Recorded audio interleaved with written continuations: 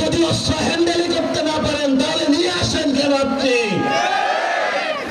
আমাদের দক্ষিণ এশিয়াতে এই অস্ত্র কাহিনীর কারণে বাংলাদেশ সার্বভৌমত্বের হুমকির মধ্যে পড়েছে, অসংখ্য মানুষের জীবন। নাসির উদ্দিন পাটোয়ারি একের পর এক বেয়াদবি করে যাচ্ছেন। এইবার ডার্বি পাটোয়ারি বেয়াদবি করেছে আমাদের বাবর ভাইয়ের সাথে, যে বাবর ভাইকে তরুণরা আইডল মনে করে এবং অনেক রেসপেক্ট করে। বাংলাদেশের রাজনীতিতে যে কয়টা নিপীড়িত মানুষ আছে তাদের মধ্যে বাবর ভাই অন্যতম। সে বলছে 10 ট্রাক অস্ত্র সামলাইতে পারবেন না, আনছেন কেন? আজকে এই 10 ট্রাক অস্ত্র নিয়ে আমি কিছু প্রশ্ন করব। আচ্ছা, সেটা হলো, দেখেন আমি এখানে একটা বিষয় দেখাবো। এই যে 10 ট্রাক অস্ত্র, এই যে দেখেন, এই যে অস্ত্রগুলো দেখা যাচ্ছে, যতটুকু দেখা যায় এই অস্ত্রটা হলো আপনার একটু দেখেন, এইটা এইটা এইটা এই 10 ট্রাক অস্ত্রের মধ্যে বেশিরভাগ অস্ত্র ছিল উজি রাইফেল। উজি রাইফেল হলো গুরুত্বপূর্ণ চালান এই 10 ট্রাক অস্ত্রের মধ্যে। উজি রাইফেল, এই যে এই রাইফেলটা দেখেন তো, এই রাইফেলটা কই থেকে আসা?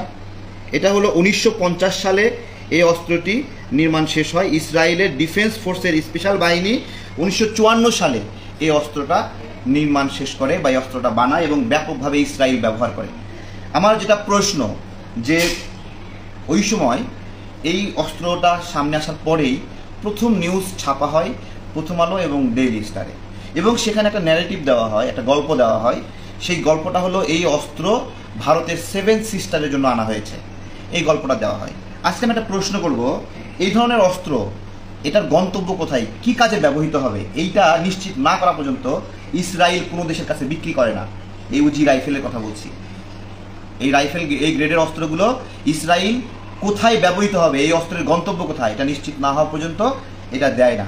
আমার প্রশ্ন হলো, ইসরায়েল কি ভারতের খারাপ চায় যে তারা এই যে বাবর সাহেবকে 10 ট্রাক অস্ত্রের মধ্যে উজি রাইফেলগুলো দিয়েছে? জাস্ট আপনারা বলবেন, ইসরায়েল ভারতের শত্রু না বন্ধু? জাস্ট এইটুকুতে আমি দেখিয়ে দিলাম যে এই 10 ট্রাক অস্ত্র এটা ছিল বিএনপির প্রতি একটা ষড়যন্ত্র।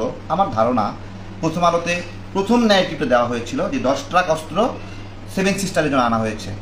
মূলত এই অস্ত্রের বিষয়টাতে যখন সামনে আসলো তখন বিএনপি ব্যাপক চাপে পড়ে এবং এই চাপটা সামলানোর মতো অবস্থা ছিল না। এই 10 ট্রাক অস্ত্র ছিল বিএনপিকে ক্র্যাকডাউন করার একটা ফাঁদ। আজকে আমি এই ব্যাখ্যাটা কেউ কখনো দিয়েছে কিনা আমি জানি না, আমি প্রেস ক্লাবে আরেকদিন এটা বলেছিলাম।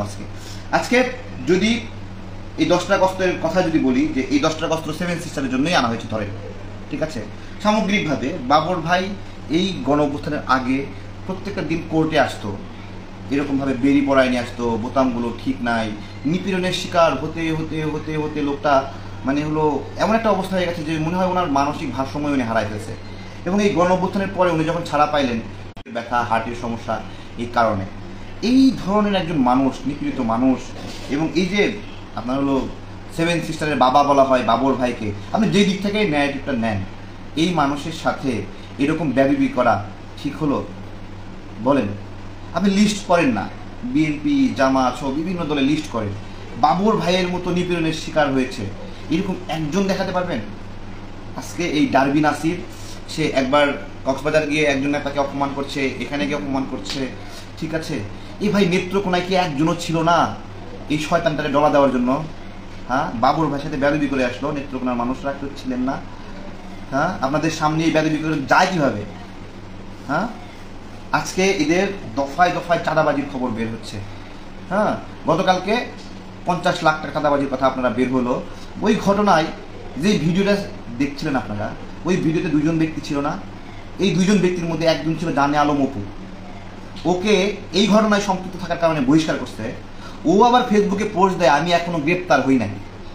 চিন্তা করতে পারেন। চট্টগ্রামে আরেকজনের 10 লাখ টাকার ফাঁস বের হয়েছে জায়গায় জায়গায়। তারপরে ওই যে খুলনায় মেলাকে কেন্দ্র করে মেলা আয়োজককে নিপীড়ন করা, সেখানে 10 লাখ টাকা নেওয়া, 10 টাকা, হ্যাঁ বলতেছে 2 টাকা দেবো, বলছে না 10 টাকা দিতে হবে। এই চাঁদাবাজ, ছেঁচড়া, টুকাই, ছোট লোকগুলো আজকে যেখানে সেখানে এই যে রাজনীতির গুণীজন যারা, তাদেরকে অসম্মান করছে, অপমান করছে। মানে সব কিছু ঠিক আছে, ওদের ফাতরামি করার লেভেলগুলো ঠিক আছে। এক্স্যাক্টলি বাবর ভাইকে নিয়ে এই ফাতরামি করবে নেত্রকোনার মানুষজন, একে কিছু করলেন না আপনারা? কিছু করা উচিত ছিল কিনা বলেন তো? আপনাদের মতামত কি জানাবেন। ধন্যবাদ সবাইকে। আসসালামু আলাইকুম।